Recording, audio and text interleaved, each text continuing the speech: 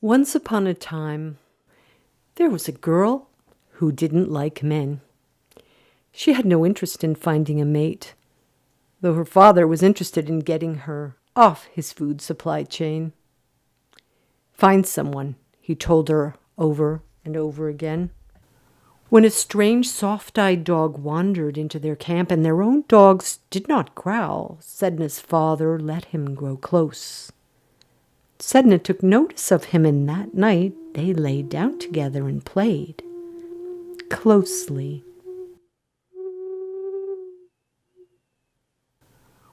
After 9 weeks, she gave birth to a litter of puppies and babies together. Her father was angry. That wasn't what he meant by a mate. But the dog was a good provider. He had a little backpack which he wore when he went out swimming, bringing fish back in it, enough for all the babies to eat. The dog gave none of it to Sedna's father and mother. Father was ashamed to show his face. Were people laughing, he wondered? So he devised a plan. Sedna's father loaded stones into the dog's backpack, and when the handsome dog swam out, down he went under the waves. He never returned.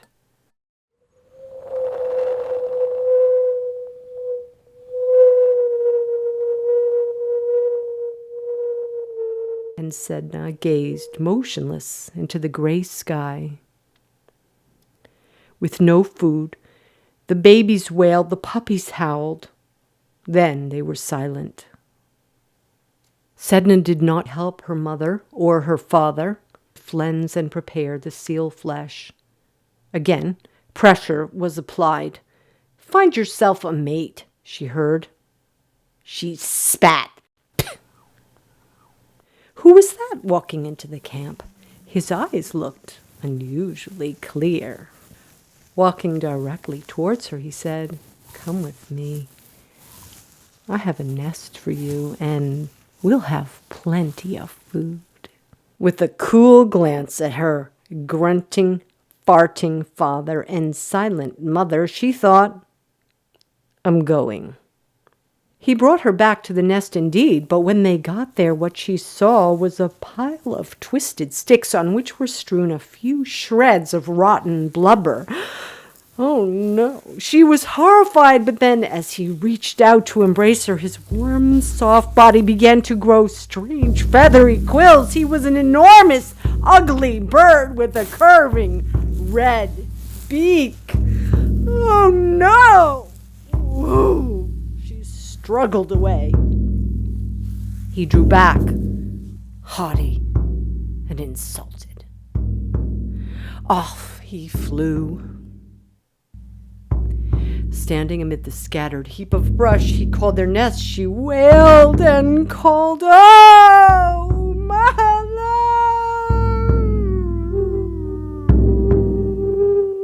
Over the windy waves, her mother did hear.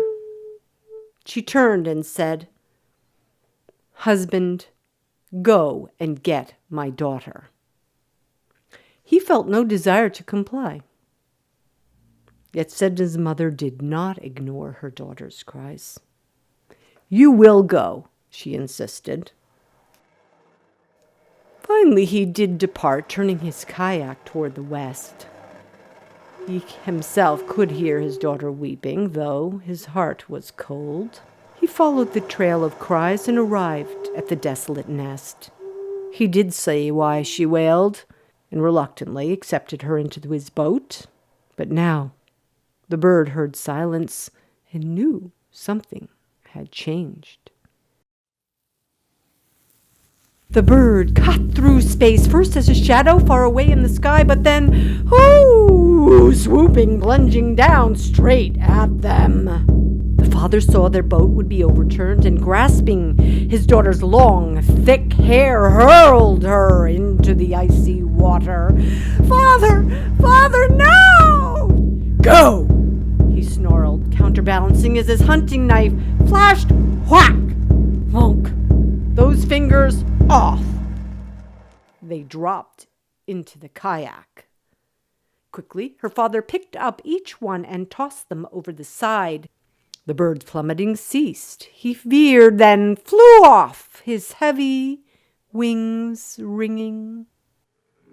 And down Sedna sank. She bled and then died. And when she was reborn, she was no longer a human, angry and raging down below. She could not comb her hair. Dark mother of the deep. Her severed fingers trailed down through the icy currents at the depths, lodging into her tangles, rotting along with fecal matter. Fishes came to nibble, and after the fishes came seals. This dark, tangled mother became a refuge for those fish. They didn't venture up anymore to feed the humans. They stayed.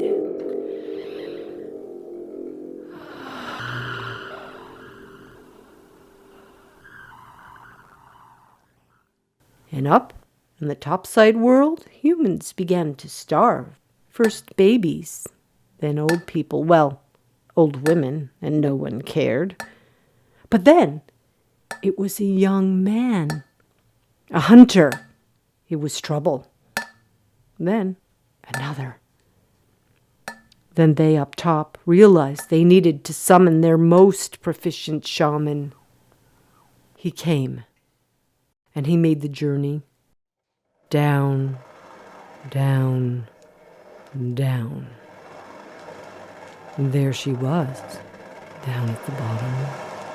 Ugly, dark, infested. And he reached out.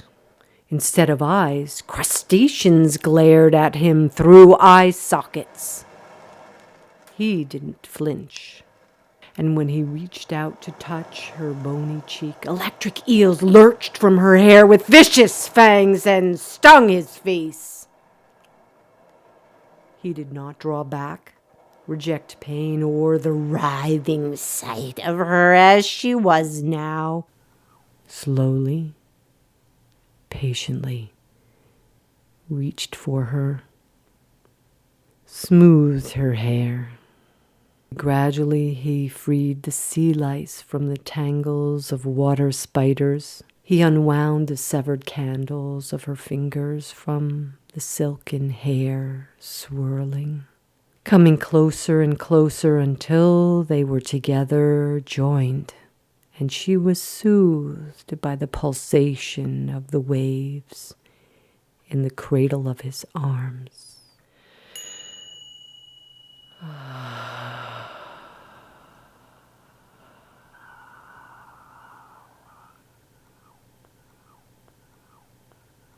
In the fullness of time, he drew away, and even as he turned to bubble up through to the world above, he knew he must come back to her, for the whole cycle would start up again. She was unable to comb her hair. And so, on these terms, he departed back to the human realm. He returned escorted by fish and seals, and people had the joy of being fed with a cozy warmth brought on by the seal fat. We all knew when it was time for them to be together. Summoning him to her is what we do. We send him our best, his hands, his lovemaking. This is what brings the people food. This is what keeps the people alive.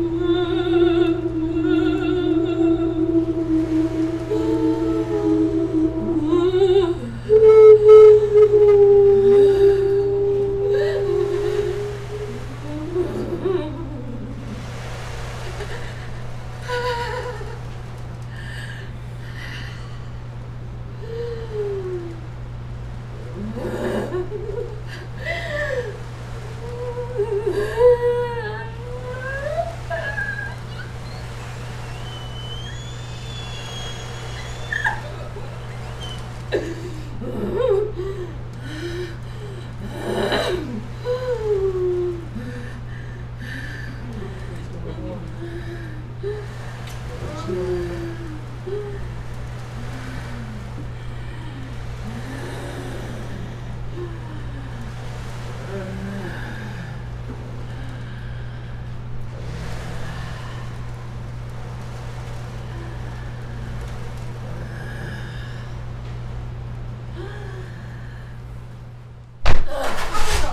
all this nuisance? Mommy, what is happening here? We're in public. Mom. But you didn't tell me we're going to be in public. No. Why are these people here? This is important, Mom. Kristen, will you have Mommy find No, I safety? don't know. I'm so glad to find you. Come on. Please. I'm sorry, my mother has a touch of dementia.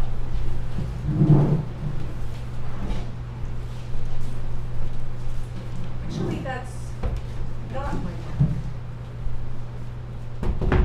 My mother's been dead for quite some time. And that's just a memory. But sometimes memories hold us back from being all that we really are.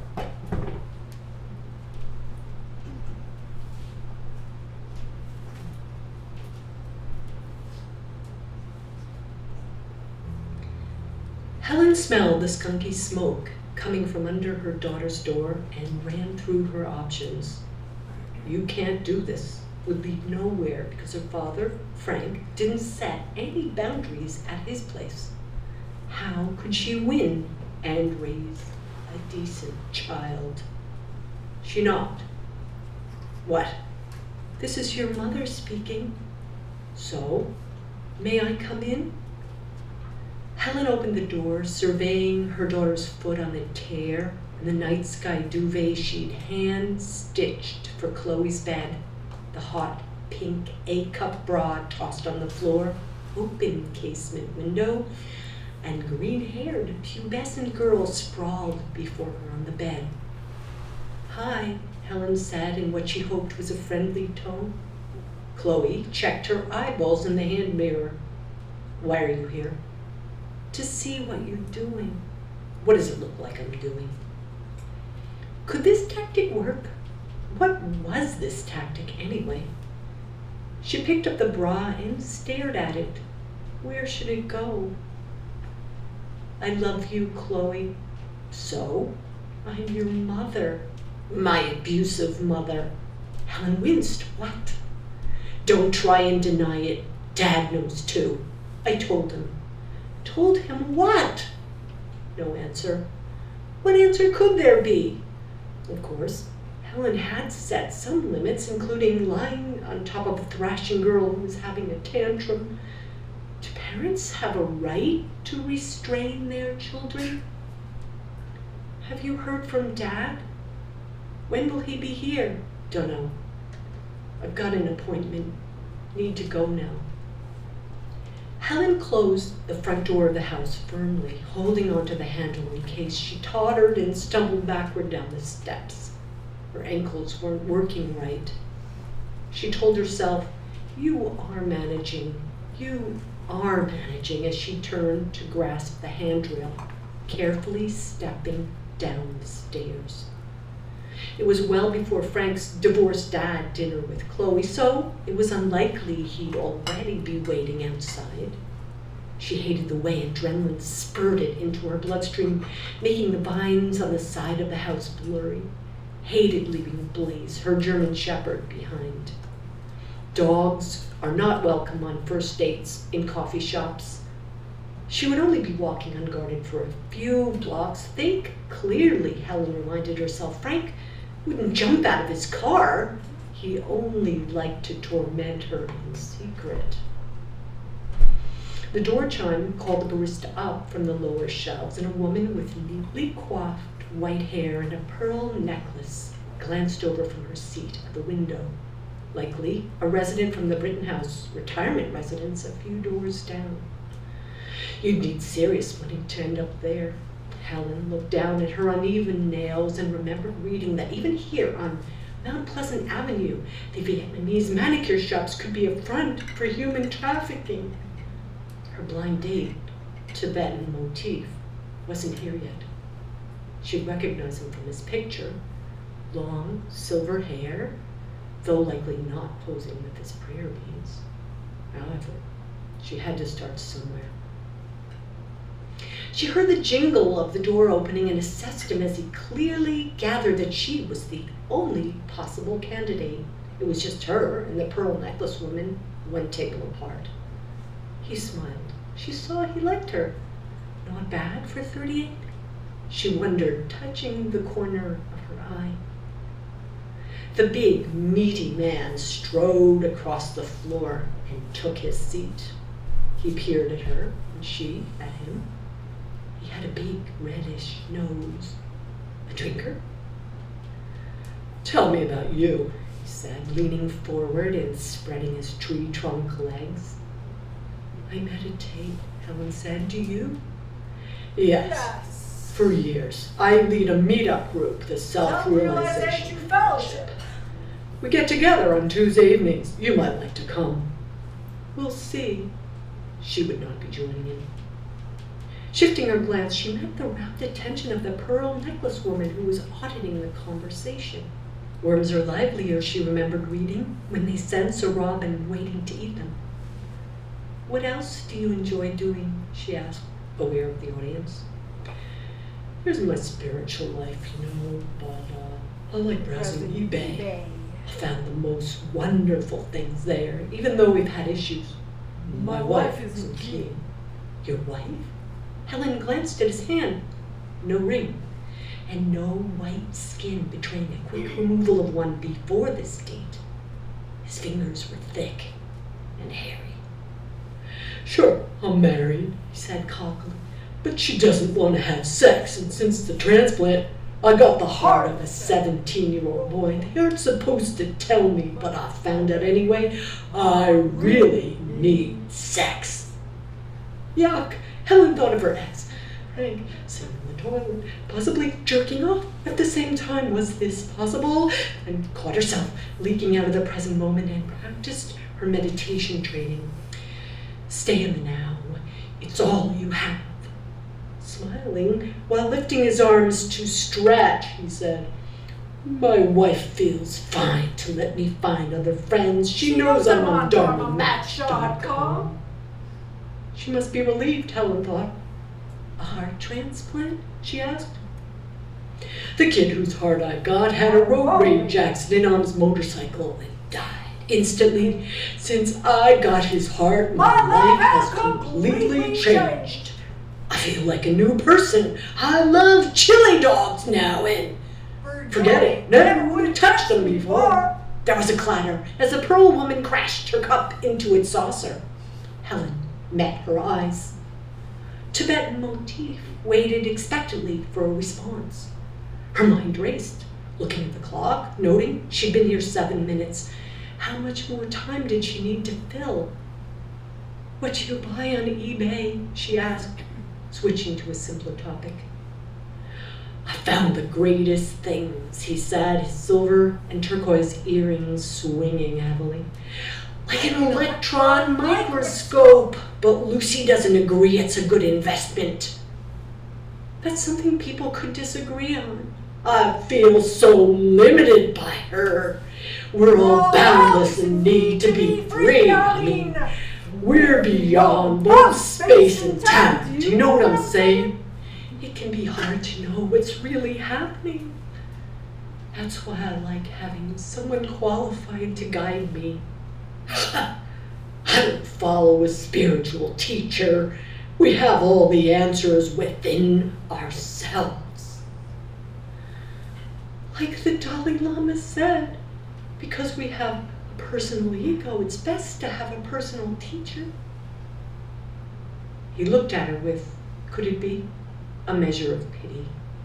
Well, nobody's perfect. Certainly not me, Helen swallowed, picking up her small, organized purse. It's lovely meeting you. I have to run.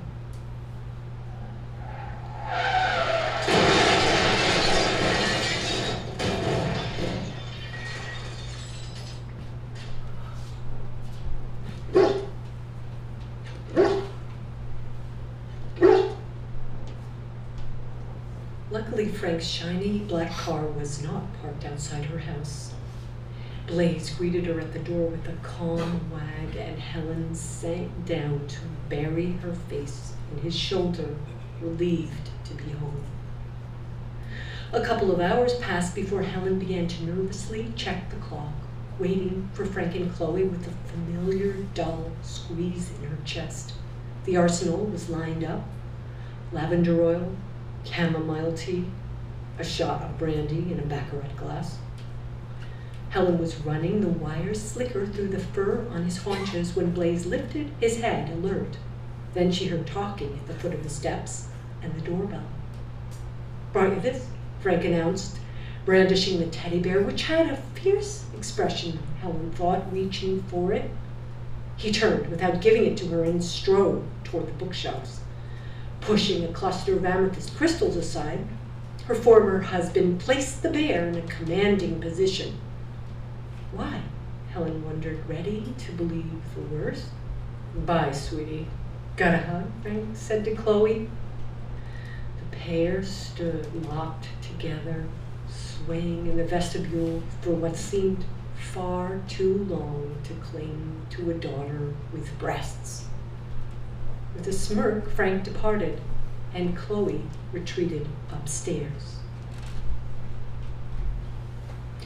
The next morning, as soon as Chloe left for school, well supplied with cut-up pineapple and a thermos full of homemade curried lentils, Helen made her way over to the bookcase. Replacing the healing amethyst to its rightful place, Helen lifted the bear and gazed into its strange-looking eyes. "You smell peculiar," she informed him, sniffing the top of his head and then his stomach. "Are you covered in flame retardant?" Sometimes people think that's a good idea for pajamas and toys. She made her way past the gas stove to the basement steps and kicked off her slippers.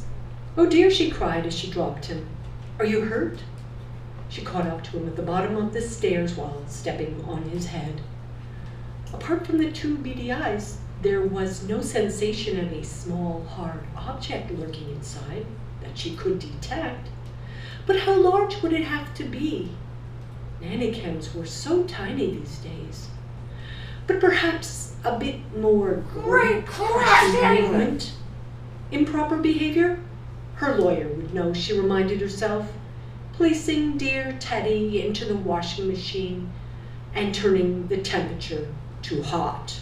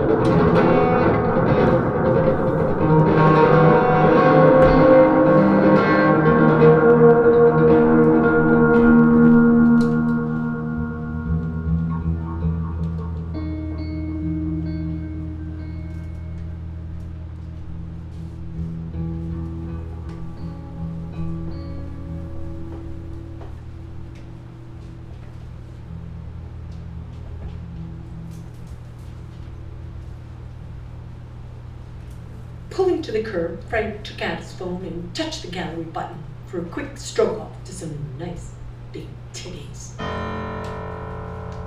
Chloe wouldn't expect him yet. On a separate bandwidth in his mind, the stink The old forest man was still on 5-year-old Frank's skin when he got home. Bolting to his bed, he trembled under the whole burnt blue blanket, still wearing his muddy sneakers. Frank honked the horn from the driveway and his daughter emerged from the house. 5 minutes to Industry's End, their Wednesday dinner place. The sushi chef, spotlighted at his gleaming bar against the black wall, worked deftly. Frank loved the edgy sharpness, the darkness, the heaping piles of raw fish. First glancing at his cell, he couldn't miss any business. Frank ran his eyes up and down the server's body before ordering. She wrote without visible response. "Nice shirt," Frank complimented Chloe over his extra-large sushi boat. She looked undressed because the fabric matched her pale skin, with strategic mock tattoo markings over her small, firm breasts. How old was she now? 12?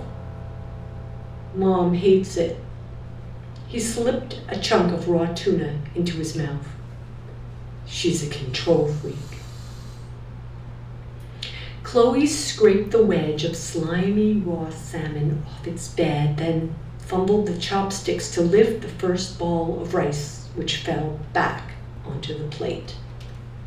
As she switched to fishing out a square of nori from the miso soup, Frank said, "I have news. We're going to Disneyland." They'd been twice already, but it was 20 minutes from Tanya's winter rental. Just at that moment, Tanya's ringtone erupted. Frank knew she was jealous of his dinners with Chloe and was interrupting on purpose. He took the call. "Hey, babe." Chloe watched resentfully. Why couldn't Tanya have waited another hour until he was headed home? Why did Dad always put her first? With a small smile, Chloe got up. In the bathroom, she checked her goth eyeliner, then vomited 14 Tylenol PM capsules taken just before leaving the house, along with the 2 spoonfuls of miso soup. Why was Dad always so busy when she hardly ever got to see him? She wondered.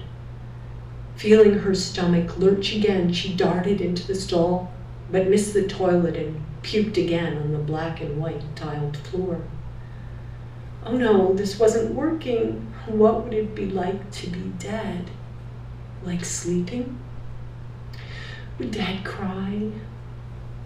Pulling up her sleeve and looking at the row of razor cuts, she thought, if I were dead, he'd pay attention then. He'd be sorry. His green tea ice cream was finished when she finally returned. Facing sideways, he snapped and revolved his credit card edge. I'm ready to go, Chloe said. You didn't eat. I'm not hungry. He pulled the shiny black Lexus into his former wife's driveway and patted his daughter's bare thigh. She leaned over and gave him a hug, brushing against his grizzled stubble. The smell of leather was everywhere. She felt like vomiting again.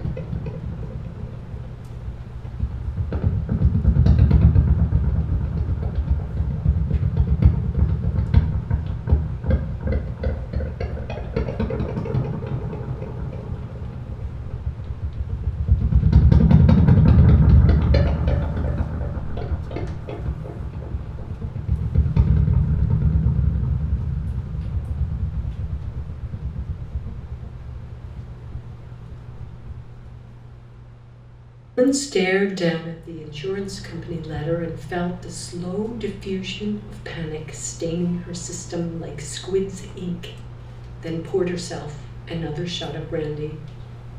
Replace all knob and tube in order to keep mortgage in effect.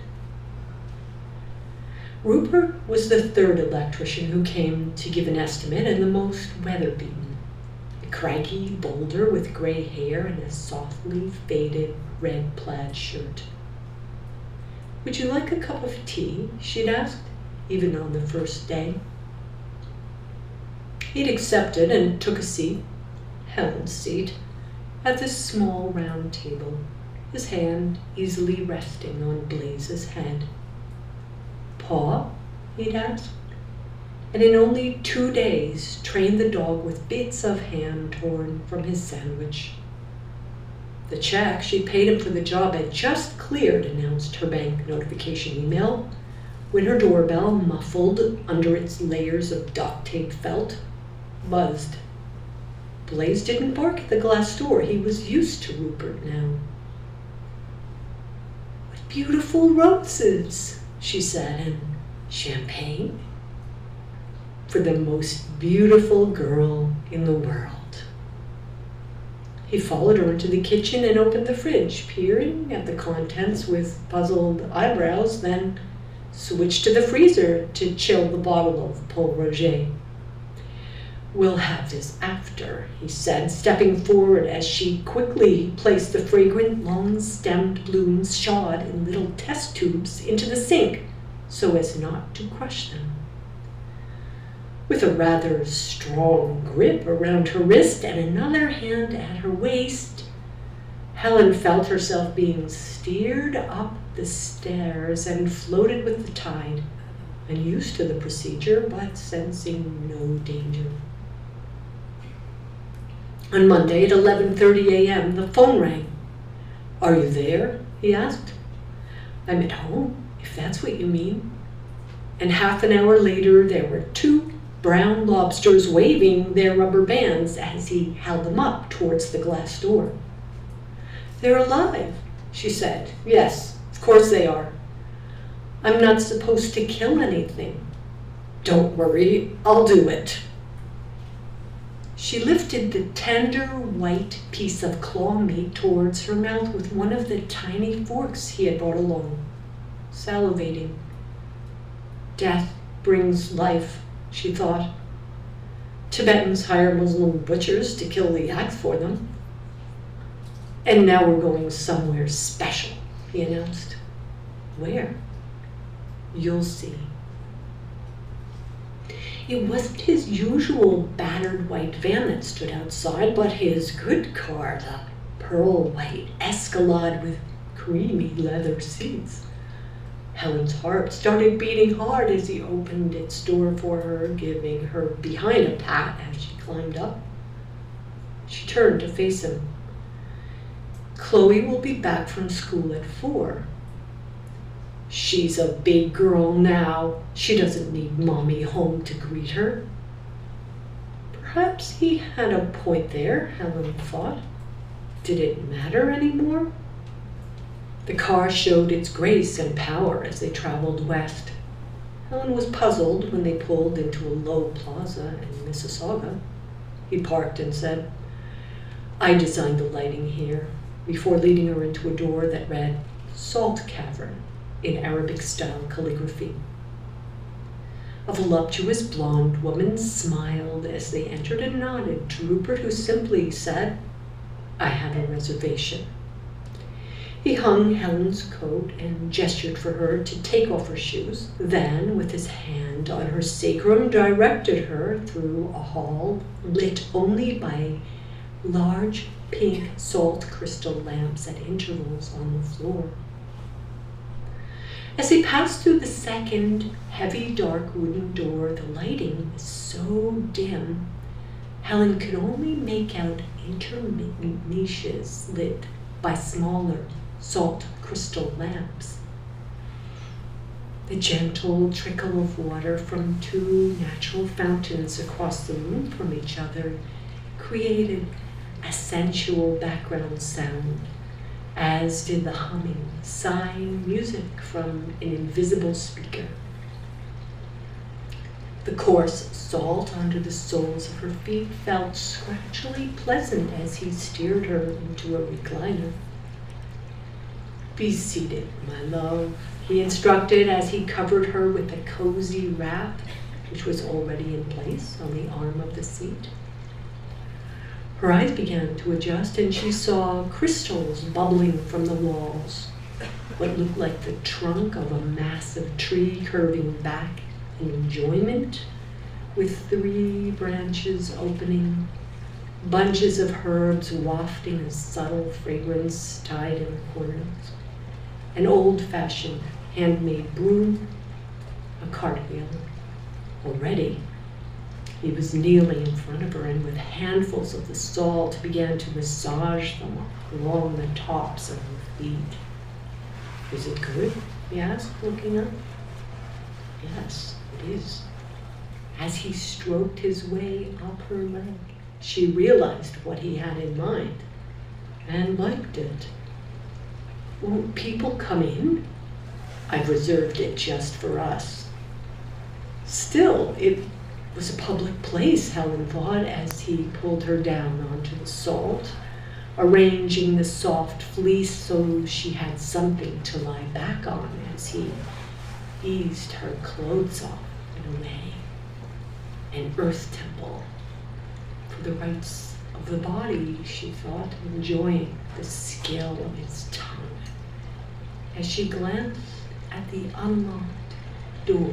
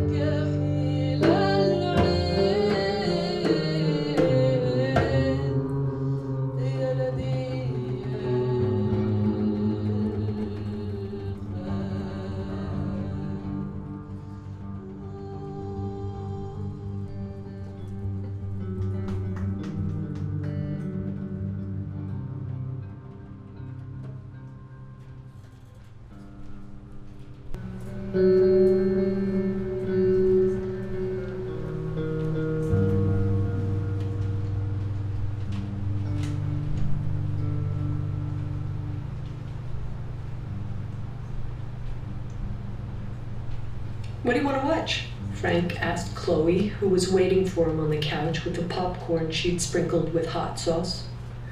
Bella jumped onto his lap instantly, purring. He stroked her and she arched. Say he congratulated himself he didn't have to worry about her white fur sticking to the black leather. No need for all that vacuuming Helen used to do. Marishi Trazahu, Chloe answered. How? Horror. From Malaysia. Rated best horror on IMDb. Frank didn't like horror. It was bad for his nerves. Sure, fine, he agreed, letting Chloe set up the streaming on his 46-inch screen HD TV while he petted the cat and stared into the empty fireplace. He was glad he was wearing jeans since her claws were arcing into the fabric in his lap. Thank God for small favors, he told himself, flexing his pecs. It was good to have his little girl beside him. When the end credits were rolling, Frank began to distinguish another strange sound from the Malaysian horror soundtrack, a howling. Not the wind, which doesn't yip. Heart beating, he got to his feet, gently placing the cat onto Chloe's lap. He glanced out into the dark. The sound was coming from the ravine. Coyotes. He hated them. Was afraid for Bella. Maybe she shouldn't go outside anymore. The nasty creatures mostly skulked after dusk, but he did hear them at times in the full darkness, like now. He rubbed his thighs. Calm down, Dad, Chloe said, sounding like she was the parent. He hated that and went to get another bone shaker out of the fridge. Me too, she said, and he didn't stop her when she popped open the beer can. Mom's got a new boyfriend, she confided after a couple of long swallows. What? What color were Tanya's eyes? He couldn't remember. Her facial features intangible, like smoke. Who? He asked. Just somebody who came to help in the house. Right, he answered, clawing the front of his shirt. Did you get the St. Joseph kits? Frank asked his assistant as he burst through the doorway, despite seeing the phone at her ear. She seemed to be on hold. Giving St. Joseph real estate sales kits was part of the service Frank offered, at least to the Catholic clientele, though sometimes other people took them as well. A Guyanese Hindu, for instance. That was a nice commission. Angie nodded and put her finger to her lips to show him that she was actually listening to one of his clients speaking right now.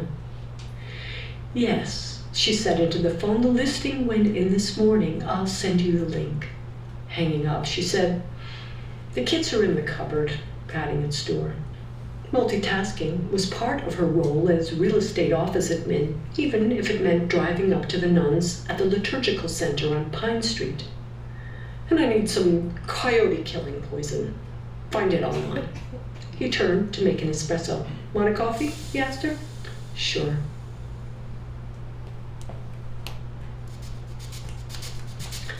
Frank cut the cheese into cubes and inserted 3 purple granules into each chunk. Angie had assured him it would do the trick, that no coyote would survive. And he set aside a few cubes of cheese for himself. He liked sharp cheddar. The phone rang, and tucking it between his shoulder and chin, he bagged the cubes, putting the poisoned cubes in his left jacket pocket, his own snack in the right. Codes of war, mastery, honor, he thought in a disjointed way, locking the door as he left. 20 minutes later, he pulled into Helen's driveway. That stupid hippie car of hers was gone. There, she had left him. I have to walk Blaze before we go to dinner, Chloe told him. Mom's got extra house calls to make for the headlights clinic. What kind of a job is that, he thought. All right, come on, Frank said irritably as the phone rang again, noticing once more as they left that Helen hadn't raked any leaves. Liability risk for slipping. Blaze sniffed, marked, sat at the end of the block, and waited for Chloe to offer his signal to cross the street. Good dog, Chloe praised, patting his hand. The dog smiled, tongue off to one side, and wagged his tail. Frank knew how much Helen loved that dog and gave him a piece of the cheese. "Where do you want to eat?" Frank asked Chloe once they were safely in his car, imagining cutting into a juicy pink steak. "Let's just go to your place and order pizza." Frank wasn't enthusiastic about this low testosterone choice, but wanted his little girl to be happy. He gassed the car through the turn on yellow and took the call on Bluetooth. "What do you mean they reconsidered?" He barked at Angie, who had stayed late to do damage control. "They said they'd rather go with Remax after all." "Motherfucker!" he screamed. "After all I've done!" He dug in his pocket nervously and had already swallowed the cheese when he wondered which side he'd taken it from. "Are you okay, Dad?" Chloe's voice wavered from outside the bathroom door. She must be able to hear him puking. "Was it hypochondria? Placebo? Autosuggestion? Was it poisoned?" Frank didn't know, but the gripping in his gut was real. He laid down and placed his face on the cool tile floor of his bathroom, disgusted at the curly hairs. It had been 5 days since Esmeralda had come to clean, but as he shat his pants, Frank knew he had eaten the wrong cheese. Sweating and shaking the chills, he reached under his t-shirt and touched the red coral cornuto, gold cross and holy medal at his neck, thinking of his Norna. When you die, they say you see your loved ones. Would Norna judge him badly? Why had everything gone wrong? What had it mattered that Helen was not of their people? We live in Canada now. French Canadian is close enough. Kissing cousins. She was beautiful with that fuzzy blonde hair. What happened to their magic lock of love from Ponte Milvio Bridge in Roma on their honeymoon? He had provided. Why had she been so hard-headed, stupid?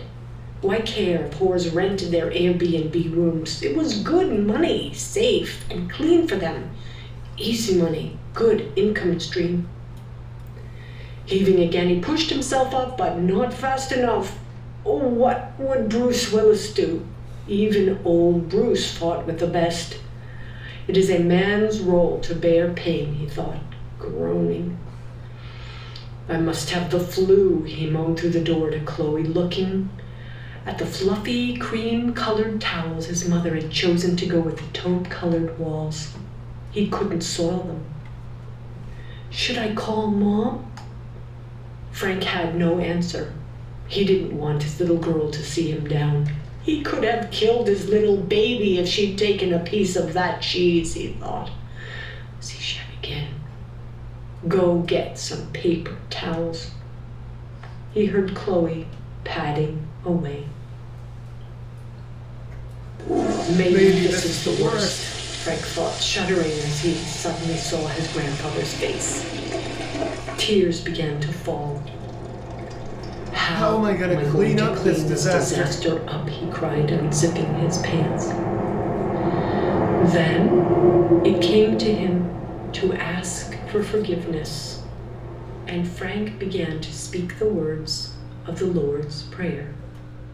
Our Father, who art in heaven, hallowed be thy name. Thy kingdom come, thy will be done on earth as it is in heaven.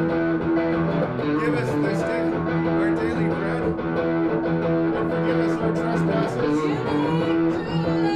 as we forgive those who trespass against us. Gonna take you back Lead us not into to temptation, school.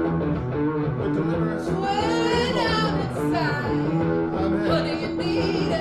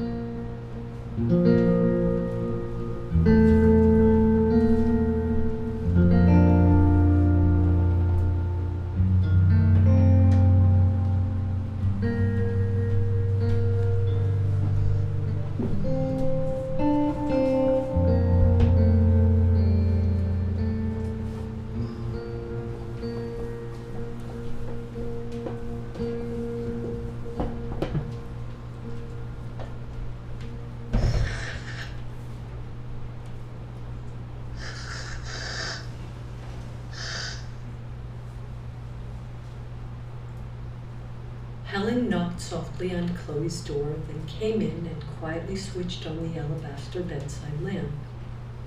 Placing her hand gently on the girl's upper back, Helen glanced at the piles of books at the foot of the bed. Andrew Lang's Pink Fairy book, overlaid with Harry Potter and the Da Vinci Code. Opening the covers, Helen snuggled beside her daughter, and Chloe's body accepted the caress. Helen looked at the blue hair. What had happened to her beautiful little girl? Helen thought of the lovely floral dresses with their lace petticoats, put away now, at the bottom of the hope chest. Individuation, that's what's happening, she thought. Time to wake up. Helen sat planting a kiss on the back of her daughter's neck. Chloe groaned, and reluctantly, Helen withdrew from the comfortable warmth. Setting out tangerines and Havarti slices, teapot covered with the cozy they'd stitched together from leftover pajama fleece and apron calico a couple of years ago, Helen waited to toast the English muffins, but time was moving forward, and unless Chloe came down soon, their errands would be rushed. Hurry up, Helen called up the stairs. A moment later, she knocked, only to hear complete silence. Chloe was still under the covers, now pretending to sleep. What are you doing? Helen demanded. No response. Get up! She shook her daughter and repeated the command. Helen went downstairs again, feeling defeated. Chloe had slept long enough. It was already 10 o'clock, and they still didn't have a 90th birthday present for Frank's Bécheveau. She'd promised to pick something up on the way over before dropping Chloe off at Frank's family compound and heading home to do the spiritual white bath of forgiveness. Why couldn't Frank just get his own gifts for his family, especially under the circumstances that she'd left him? He just couldn't let go, or be close for that matter. She'd made the right decision, Helen decided.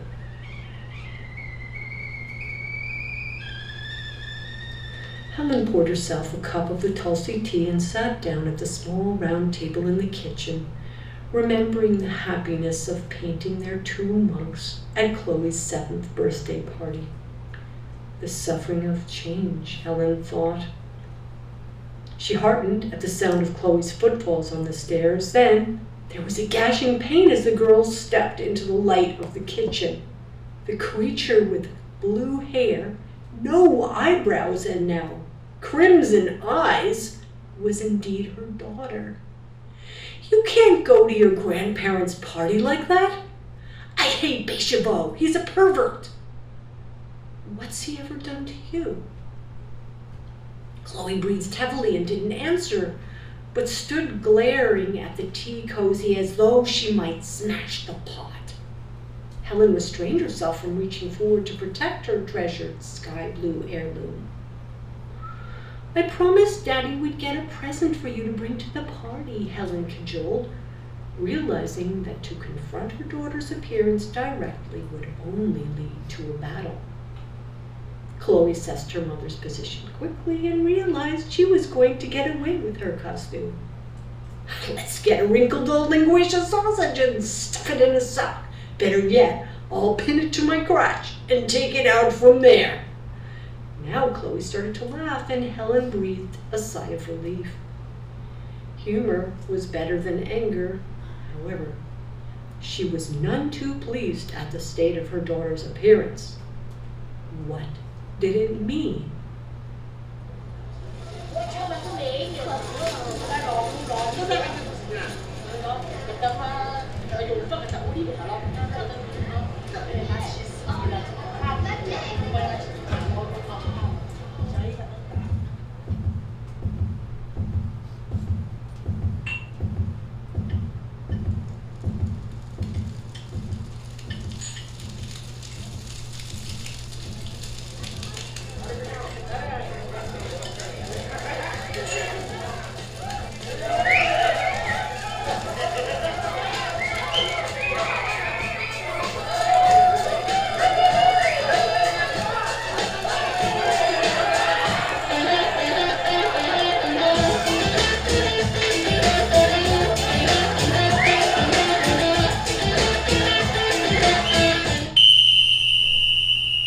Helen scoured the rows in the Green Pea parking lot at Kensington Market, looking for a spot and saying, "We'll get an orchid for your great-grandfather at Sparkly Gardens, and I'm going to look for some white chrysanthemums for myself as well."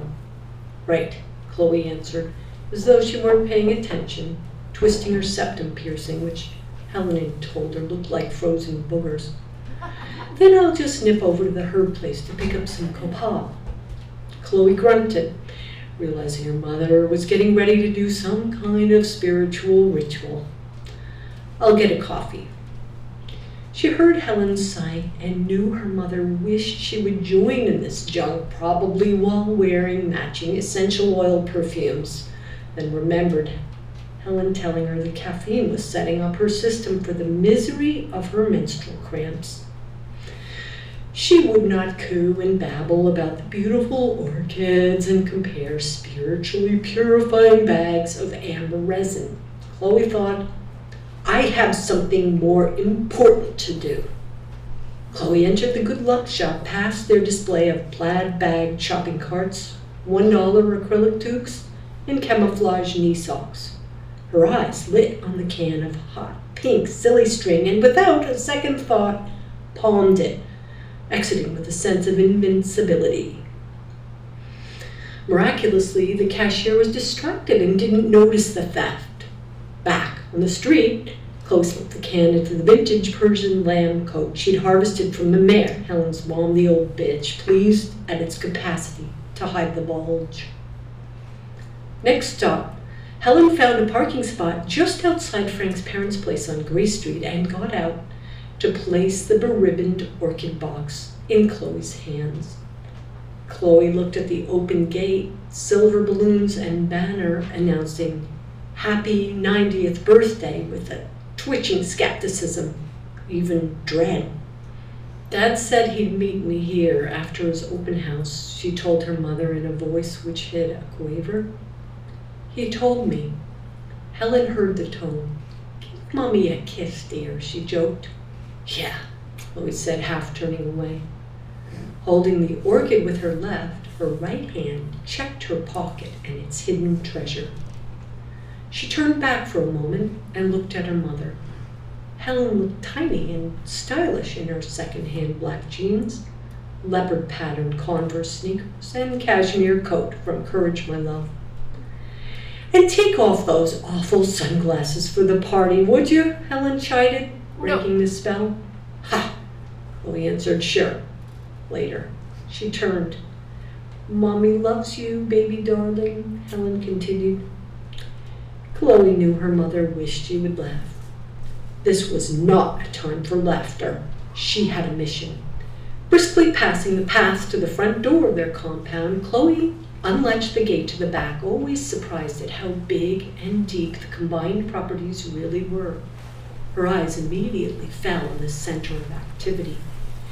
The roasting pig on an iron bed frame looked hideously like a child. The birthday boy, her wizened great-grandfather Becheveau, his son, the silent one, her grandfather, and two muscular uncles were wearing matching sets of enormous cooking gloves, reaching for the arms and legs of the pig and unsteadily preparing to flip it over. It must have been cooking for 9 hours already. It looked crispy and brown. Involuntarily, Chloe swallowed saliva. She hated these cookouts. Despite the cool weather, the door of the kitchen was open and women's chatter flowed out. Two of her younger cousins were nonchalantly trying to sneak beer out of a barrel. So far, nobody had noticed what the boys were doing. Everyone was so intent on the roasting pig. The men didn't acknowledge Chloe. Maybe they were afraid of falling into the pit of glowing coals if they turned their heads to look. Judging by the number of brown bottles lying around, they were probably plastered. Portuguese folk music came from an old tape deck plugged into an extension cord stapled to the fence. "Happy birthday, Becheveau," Chloe projected in their direction, cheeks flushing. She bore the orchid toward them, feeling foolish. They glanced at her and took swigs from their brown bottles of Superbock. "Hola," they said in unison, without enthusiasm. Hola. "Happy birthday from Daddy and me," Chloe said. "This is for you." "Nice glasses," Uncle said sarcastically at the police mirror shades. Chloe thought about dropping the plant, but didn't. "Where would you like your gift?" she asked Becheveau, watching the action frame by frame with a sudden, still clarity. He did not choose to answer, but gazed at the two aunts emerging from the house, one carrying a bowl full of mopping sauce for the pig. A small nephew followed his mother, then moved towards the older cousins in the bushes, now furtively sipping the beer. To avoid detection, they shooed the little boy towards the men. With aunts and uncles captivated by how much sauce to slather on the pig, Uncle number 2 flicked his tongue over his dry lips and wheedled the little boy. "Want me to show you a car in the jungle?" Chloe looked at the arbor of grapevines towards the back, which screamed the ruins of what used to be luxury sedans, Cadillacs minus their wheels. Small living rooms, complete with couches. "Me too," she said, placing the orchid box on a rusted iron lace lawn chair. Uncle looked at her coldly. "Cars aren't for girls." The gate swung open and Chloe watched Frank enter. The adults took no notice. It was this last point on the painting that completed the scene. She stepped backward and it all rushed together into focus. Inside her head, a screech, wind moaning, and a deep roar. The earthquake wrecked granite. She knew. The boy was her father. The pig was her father. Now was the time to swing the wrecker ball and watch their ugly tower crash down. The power was hers. "Cars aren't for girls," Chloe spat. "Just like your sausage." Tearing off the police eyewear, Chloe revealed her crimson eyes. Croaking, "On guard!" she whipped out the can of silly string. With the grace and steady eye of a bullfighter, Chloe held Uncle in a disbelieving trance while the can flashed.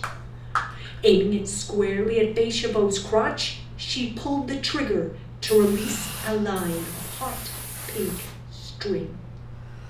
Startled and disbelieving, Uncle stepped backward, tripped on a toy fire engine, and flailed his arms, ass pointing skyward. Taking advantage, Chloe deftly continued the line from Bechevo's crotch to the seat of Uncle's pants. Pausing for effect, she continued further, stopping just short of the bewildered little boy. She pointed at Uncle, flicking her chin toward Bechevo. "We'll end it right here, before you go further." One hand covered her dentures, another shielded her heart, aghast as the mirror of the sky fissured, grapevines chattered, and bare trees rumbled. 2 crows screeched, and the mossy pavers buckled under all their feet. "You're outed," Chloe thundered, scooping up the toddler, still wielding the canister like a gun. The child did not resist, despite Chloe's blood-red eyes. At the edge of the scene, the younger Uncle, reverberating in shock, bumped into and rocked the brick pile upon which one corner of the pig-roasting bed frame rested. 160 pounds of meat at stake. The men yell, the women scream, "You have raised a monster!" Auntie accuses Frank, pointing at Chloe. "You sacrificed the child with the pig," Chloe retorts. Frank suddenly realizes what's going on. The crisp air, the tangle, the line of demarcation. His daughter, a warrior. He has awoken. He will act. Gathering the small boy into his chest, he spoke. "She's right. Look at yourselves. I'll take them. You think it over." The 3 of them, Frank, Chloe, and the child, departed.